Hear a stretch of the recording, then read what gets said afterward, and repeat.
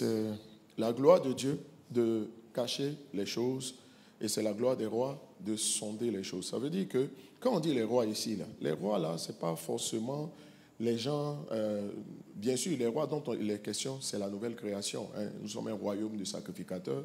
Mais les rois aussi dont il est question ici, il faut savoir qu'il s'agit de toute personne que Dieu fait monter dans un domaine. Hein. Je vous pose une question, on va réfléchir tous ensemble ici. Hein. Je te pose la question.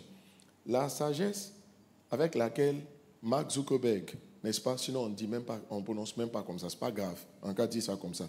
Mark Zuckerberg a inventé Facebook là. Je te pose la question, ça vient du diable, ça vient de sa chair, ça vient de la terre ou ça vient du ciel? Réponds-moi. Non, je te pose une question très sérieuse. Hein. Ma fille, nous tous réfléchissons ensemble. Et j'ai besoin de réponses. La sagesse avec laquelle Mark Zuckerberg, n'est-ce pas, a créé toutes ces choses-là, ça vient d'où? C'est Dieu qui l'a inspiré ou bien c'est la terre qui l'a inspiré? Bon, lève la main et puis tu réponds. C'est autorisé. Oui, mon fils. C'est la terre qui l'a inspiré. Mais pourquoi nous, on n'est pas inspiré? Puisque la terre inspire les gens. Bon, c'est une bonne question. C'est une bonne réponse. Oui, fils. Ça vient de Dieu et de la terre. Ok. Ça vient de qui? Ça vient d'où?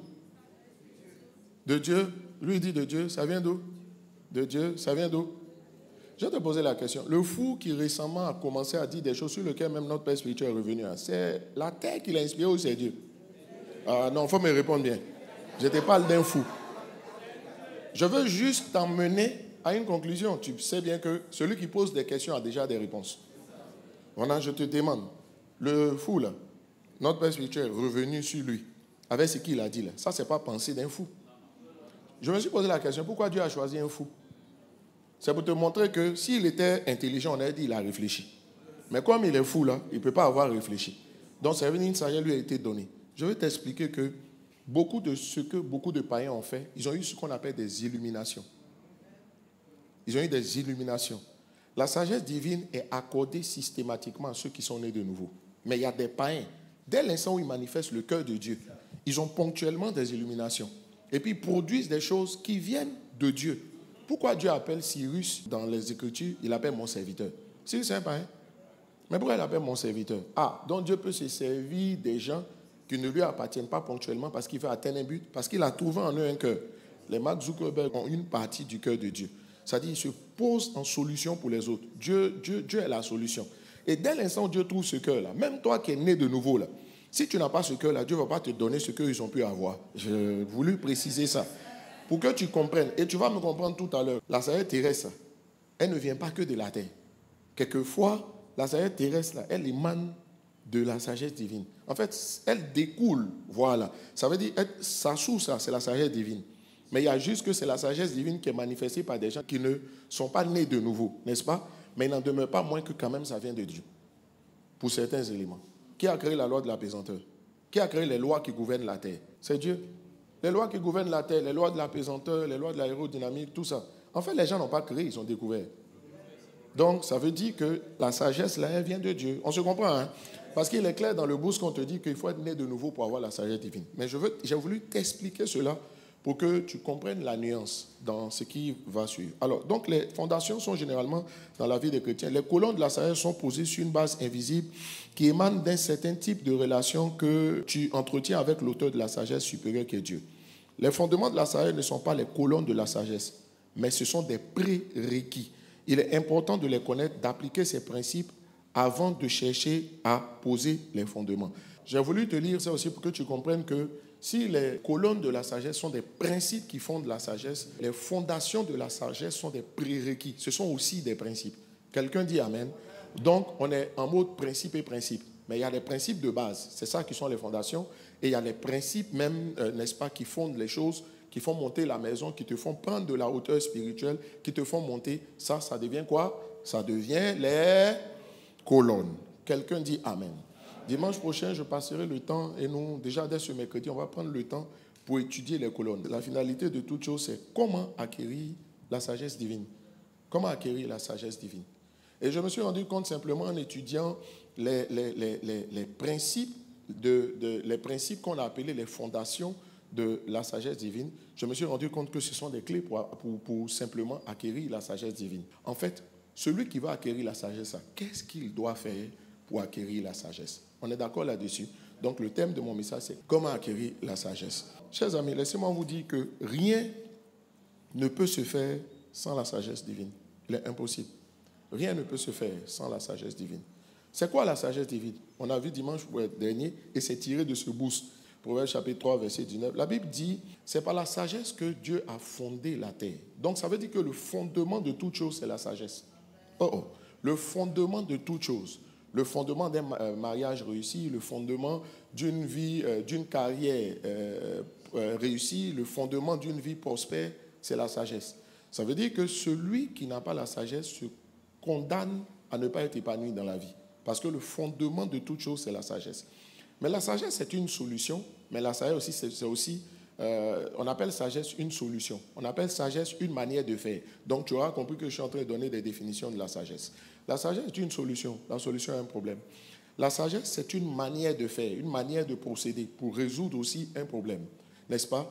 La sagesse, c'est une manière de faire, n'est-ce pas, pour tirer le meilleur d'une situation. Quelqu'un dit Amen. Et la sagesse aussi, notez-le bien, ce sont des leçons de vie. Ce sont des leçons de vie. La sagesse aussi sont des leçons de vie. Et je vais t'expliquer pourquoi je parle de leçons de vie un peu plus loin. Donc, les fondements, sinon le fondement de toute chose, c'est la sagesse. Le fondement d'une église réussie, c'est la sagesse. Le fondement d'une vie épanouie, complète et réussie, c'est la sagesse. Sans la sagesse, alors tu es en difficulté. Proverbe chapitre 16, verset 22.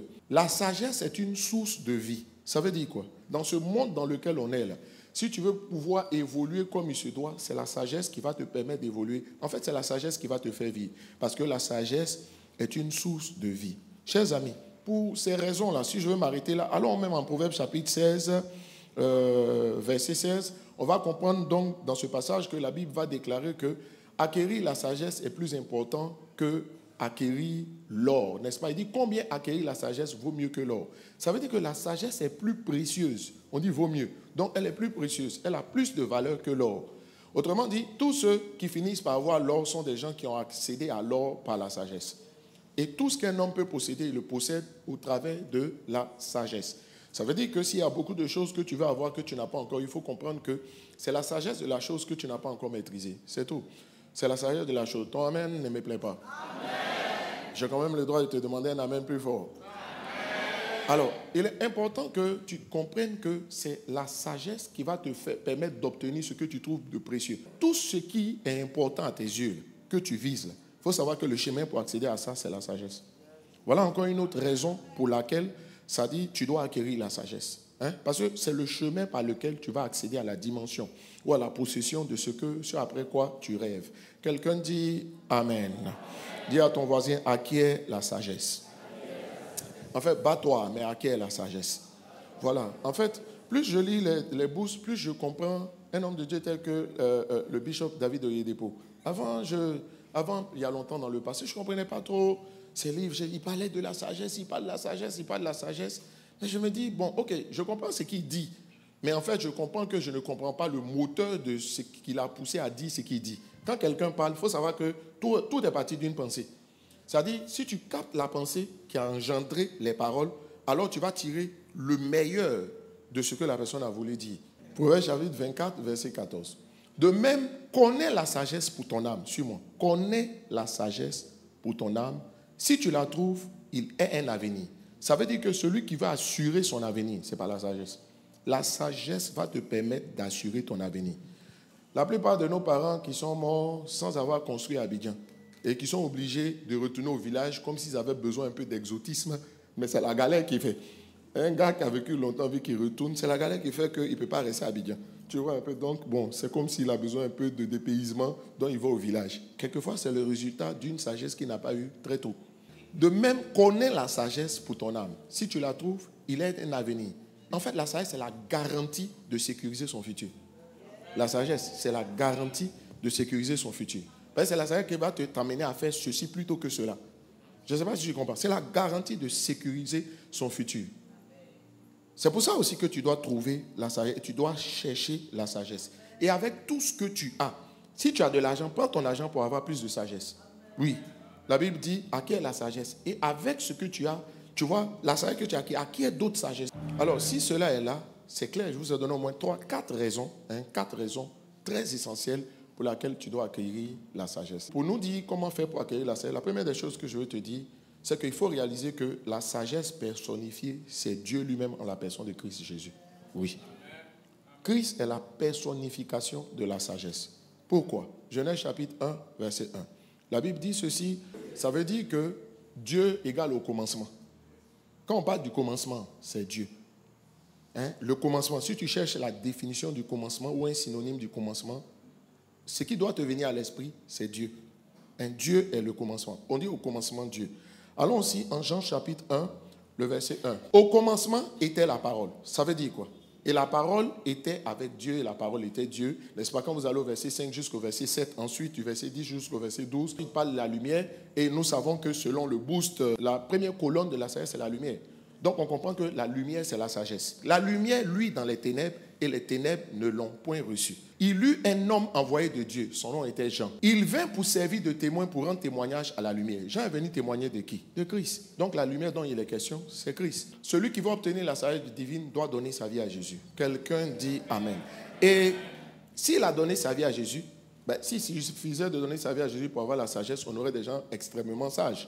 Mais on peut comprendre, moi le premier, n'est-ce pas? Voilà. Combien de fois, quelquefois, on peut buter, je ne parle pas de quelqu'un, bon, moi j'ai de l'humilité pour reconnaître, on peut buter. Ça veut dire donner sa vie à Jésus, on n'a pas dit c'est la sagesse, on dit c'est le commencement.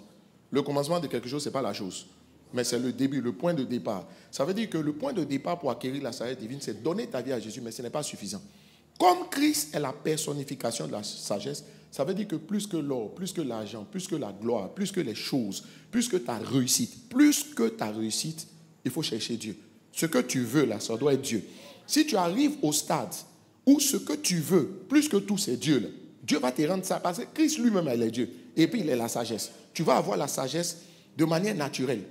Tous ceux qui cherchent, dont la soif est Dieu lui-même, finit sage. Celui qui prend appui sur le Seigneur trouve dans son cœur des chemins tout tracés. Or, le chemin, c'est ça qu'on appelle la sagesse. Ça veut dire que la sagesse devient naturelle. Écoute-moi, si tu as eu le guichet automatique, c'est que tu as l'argent. Donc, si tu as eu Christ, c'est pas Christ est venu juste dans ta vie, tu es devenu chrétien. Non.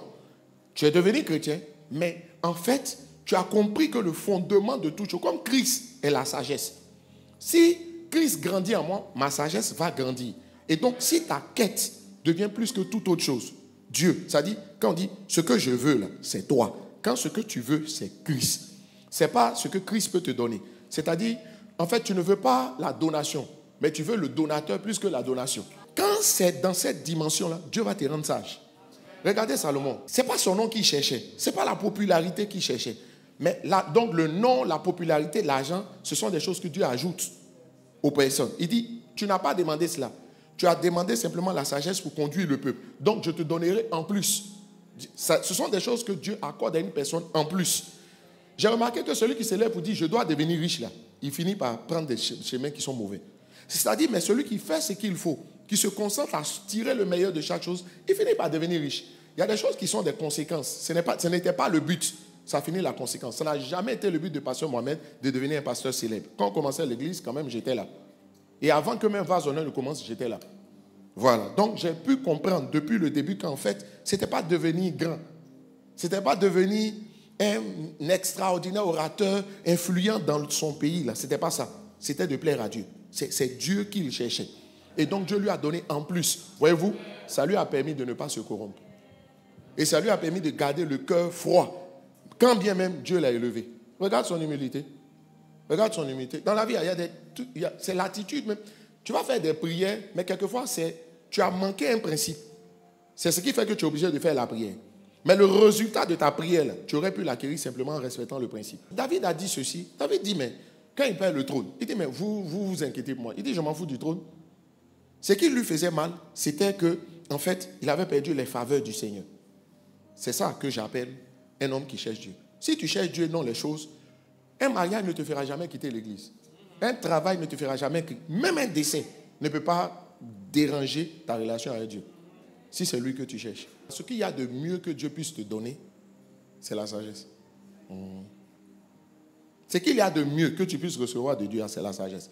Ben, c'est avec la sagesse on obtient tout le reste. C'est la base de tout. C'est que, peut-être tu ne sais pas. Toi, tu dis que tu cherches mariage. C'est la sagesse. C'est la sagesse qui va donner un mariage. En fait, cherche Dieu. Regarde, Ruth, la Moabite, elle n'a pas cherché Marie. C'est comme si c'était celui qui cherche Dieu, en fait, il a la recherche des desseins de Dieu. Tu vois un peu, les dessins, ce sont les plans. Le mot dessin et puis dessin, ça se ressemble. C'est comme si Dieu a fait des dessins. Il a tracé, il a fait des plans. Il faut voir le plan comme le plan d'une maison. Si tu suis le plan, tu bâtiras la maison que tu veux.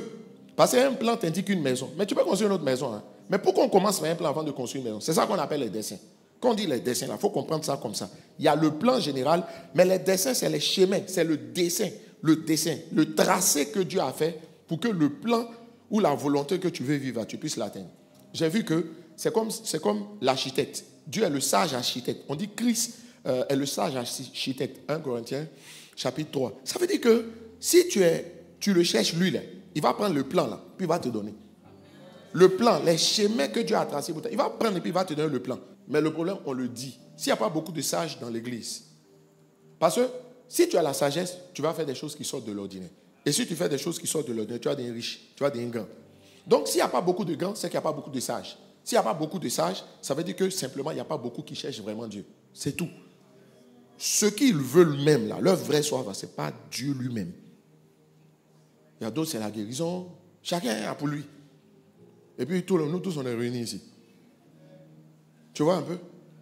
Je peux parler à quelqu'un?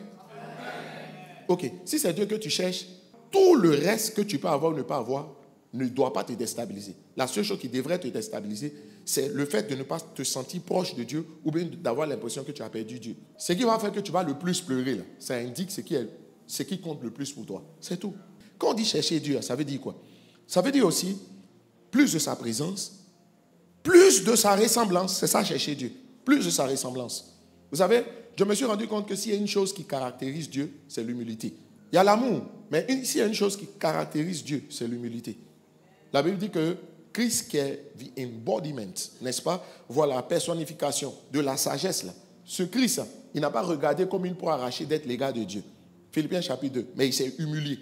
Je crois que si tu me demandais à moi, qu'est-ce qui caractérise le plus Dieu, je vais dire l'amour, d'accord. Mais l'humilité est un aspect de l'amour. Et vous savez quoi?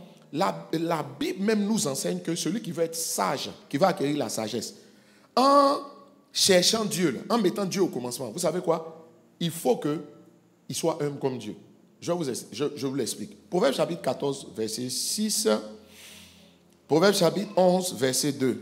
Le moqueur cherche la sagesse et ne la trouve pas. C'est qui le moqueur? Chers amis, le moqueur c'est l'arrogant. Le moqueur c'est celui qui est suffisant. Le moqueur c'est celui qui méprise ce qui vient des autres. Autrement dit, quand on dit le moqueur, ça veut dire l'orgueilleux. L'orgueilleux, il cherche la sagesse et il ne la trouve pas. Celui qui est orgueilleux n'obtiendra ni la sagesse divine, ni la sagesse terrestre même, et ni la sagesse divine, ni la sagesse terrestre. Il y a des 4 types de sagesse. La sagesse terrestre, je t'ai dit tout à l'heure, elle émane aussi quelque part de Dieu, qui produit des illuminations dans la vie des gens qui ne le connaissent pas, parce qu'ils ont un cœur. Dieu retrouve en eux un des aspects du cœur que lui, il a. Frère, l'humilité est la clé pour acquérir la sagesse. Oui. Oui. Vous savez quoi? Pourquoi, par exemple, même le message des fils, quel est son fondement? C'est que tu sois suffisamment humble pour reconnaître qu'il y a quelqu'un qui est déjà là où tu dois aller, où tu veux aller. Et il te faudra simplement te donner le temps de l'observer. Il faut être humble pour ça. Ma fille, je comprends aussi que quelquefois Dieu donne la sagesse. Quand on dit aux pauvres, ça ne veut pas dire forcément celui qui n'a pas l'argent. Il n'est pas trop grand, mais il a une sagesse. Et il faut de l'humilité aussi pour pouvoir capter sa sagesse. Oui.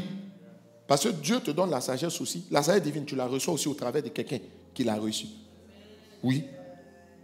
La capacité d'emprunter des vases.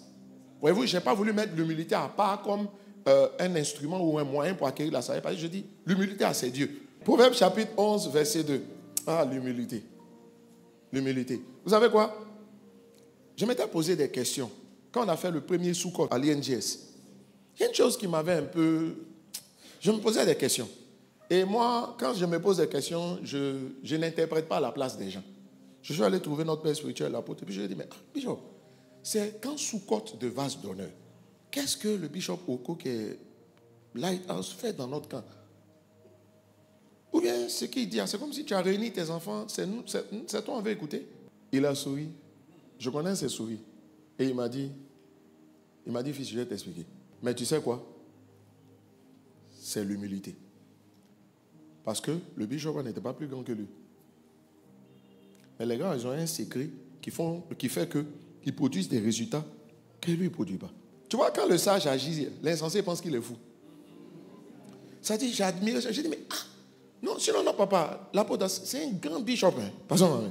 C'est un très grand bishop. Ce n'est pas que c'est moi, je vais dire. Il faut voyager. Quelquefois, quand les gens te rencontrent, et puis ils savent que tu es son petit, je ne me sens pas.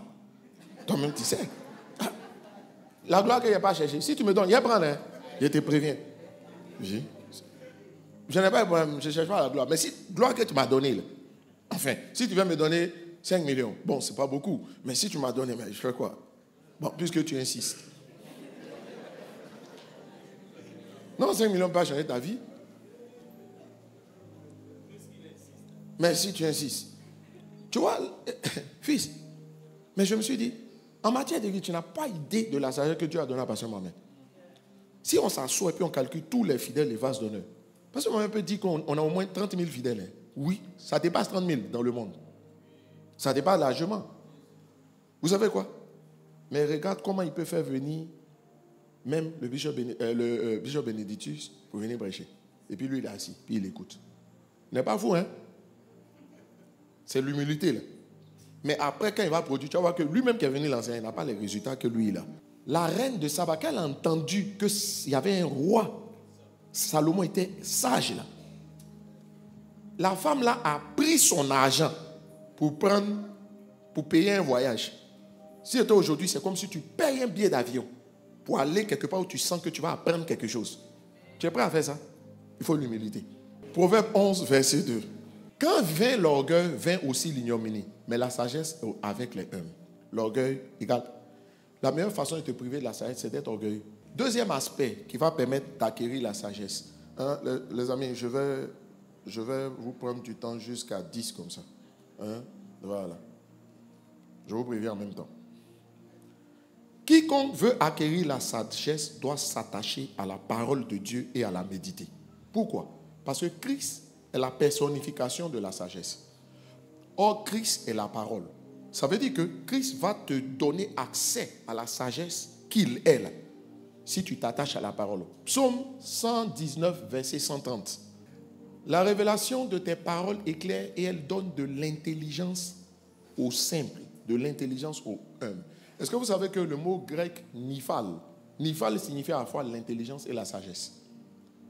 Ça signifie à la fois l'intelligence et la sagesse. Quelqu'un dit Amen. Amen. Vous savez ce que ça veut dire? Ça veut dire que simplement, quelqu'un qui est intelligent, il va obtenir la sagesse. Je vous assure. Il faut que je t'explique. Une personne qui est intelligente va finir par obtenir la sagesse. Je suis en train de te parler de s'attacher à la parole de Dieu. Et le psaume 119 dit que pour être intelligent, il faut que tu saches que c'est la révélation de la parole. C'est ceux qui ont la révélation de la parole là, que Dieu appelle intelligents. On est en train de parler de la sagesse divine. Ceux qui ont la révélation de la parole de Dieu. Sinon, il y a beaucoup de gens qui lisent la parole. Hein. Mais ils n'ont pas la révélation de la parole. Déjà, il faut s'attacher à la parole. Quand tu fais de la parole de Dieu ton sujet de méditation quotidienne, je peux t'assurer d'une chose. La parole de Dieu va te rendre intelligent. Intelligent selon Dieu. Il y a des gens qui sont intelligents dans la vie, mais ils sont intelligents dans le papier, mais ils ne sont pas intelligents dans la vie. Il y a des gens qui sont intelligents dans la vie, mais ils ne sont pas intelligents dans le papier. Il y a des gens qui sont ni intelligents. En fait, si tu es intelligent selon Dieu, là, absolument, tu seras intelligent dans la vie. Oui. Oui. Je te le garantis. Ça n'a rien à voir avec les diplômes. Ça n'a rien à voir avec les diplômes. L'intelligence, la Bible dit, celui qui médite la parole de Dieu, qui la rumine. Méditer, ce n'est pas lire, c'est la ruminer, la faire venir dans sa tête. Ça rentre dans sa tête, ça sort. Comme un peu les bœufs là, ou les moutons. Quand ils mangent, c'est qu'ils ont fini d'avaler qui est parti dans leur estomac. Il y a un mécanisme qui ramène. C'est-à-dire, ceux qui se donnent le temps de réfléchir aux choses, qui se posent des questions, la Bible appelle ça simplement sonder les choses pour pouvoir les comprendre. La parole de Dieu, elle les rend intelligents parce qu'ils finissent par avoir la révélation.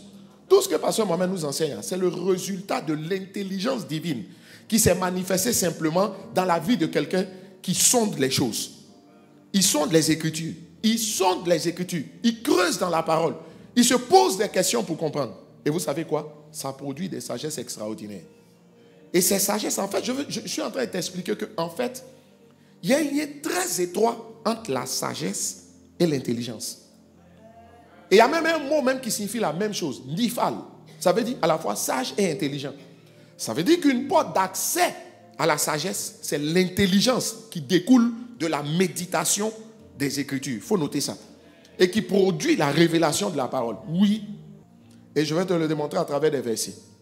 Proverbe 17, verset 24. Proverbe 14, verset 6. La sagesse est en face de l'homme intelligent. Ça veut dire quoi? On dit l'homme intelligent, la sagesse. Mais quelle intelligence? Ce n'est pas l'intelligence de l'école. Celui qui a pris le temps d'avoir la révélation de la parole, il est attaché aux Écritures. Oui. Oui. Dieu donne sage. La Bible. Et puis écoutez les enseignements qui t'aident à comprendre la parole de Dieu. Ma fille, je peux le dire, il n'y a pas quelqu'un parmi vous qui écoute les messages de Pasteur Mohamed comme moi. Je te le dis. Ça fait un peu prétentieux. Pardonnez-moi, ce n'est pas ce que je veux dire. L'intelligence, il dit la sagesse est en face de l'homme intelligent. Mais il est intelligent comment? Parce qu'il a la révélation de la parole. Il a eu comment? Parce qu'il s'attache aux Écritures. Quand Pasteur Mohamed t'enseigne sur le mariage, frère, si tu es son fils, que tu es un peu intelligent, tu peux prendre ça pour devenir coach dans le monde. Toi, tu as assis les richesses qui sont mises devant nous comme ça, et puis ça passe comme ça. Proverbe 14, verset 6. Le moqueur cherche la sagesse, il ne la trouve pas. Mais pour l'homme intelligent, et je t'ai expliqué c'est qui le moqueur. L'arrogant, celui qui manque d'humilité. L'intelligence spirituelle qui vous vient de la révélation de la parole, ça va vous rendre sage. Le mot intelligent, être intelligent, l'adjectif, c'est l'adjectif béné en grec. Et ça signifie passer en revue les choses. Ça veut dire examiner les choses, se poser des questions. Ça veut dire, deuxièmement, considérer les choses. Le contraire de considérer, c'est mépriser ou bien ignorer. Ça veut dire que c'est s'attarder sur des questions pour essayer de s'interroger, en faire des sujets de méditation, de réflexion. Oui. Il faut t'asseoir pour faire de ta réussite financière un sujet de réflexion. C'est comme ça qu'on finit par acquérir la sagesse divine de la prospérité financière. Oui. Il faut être intelligent. Ça veut dire quoi être intelligent ici? T'attarder sur les aspects de la parole de Dieu, par exemple, qui parlent de la prospérité. Essayer de les comprendre. Te poser des questions. Il y a pas... En fait, l'intelligence, c'est un enfant. Comment ça se découvre? Par sa capacité à poser des questions. Les gens qui ne posent pas des questions, généralement, ils sont pas... Soit ils pensent qu'ils savent tout, ou bien effectivement, ils savent tout. Soit il est juste sot. Parce que c'est le sot qui pense qu'il sait beaucoup de choses. L'intelligent ici, là, c'est celui qui s'assoit et puis il se dit, mais... Il réfléchit, mais... Pourquoi mon foyer ne marche pas comme il se doit? Pourquoi même j'ai tant de mal à décoller? Pourquoi l'église a du mal? Récemment, cette personne il dit, tu n'es pas intelligent. J'ai dit, quoi? Il dit, tu n'es pas intelligent. J'ai dit, mais vraiment, en toute humilité, j'ai pensé qu'il était intelligent quand même un peu. Il dit, tu n'es pas intelligent. J'ai dit, pourquoi? Et le Seigneur, il dit, mais tu ne te donnes pas le temps de te poser suffisamment de questions et les bonnes questions pour que je te parle. Tous les problèmes que vous rencontrez, les blocages, ce sont des montagnes que Dieu met devant vous pour que vous allez chercher la sagesse. C'est pourquoi un des fondements de la sagesse, ou pour acquérir la sagesse, ce sont les problèmes. Oui.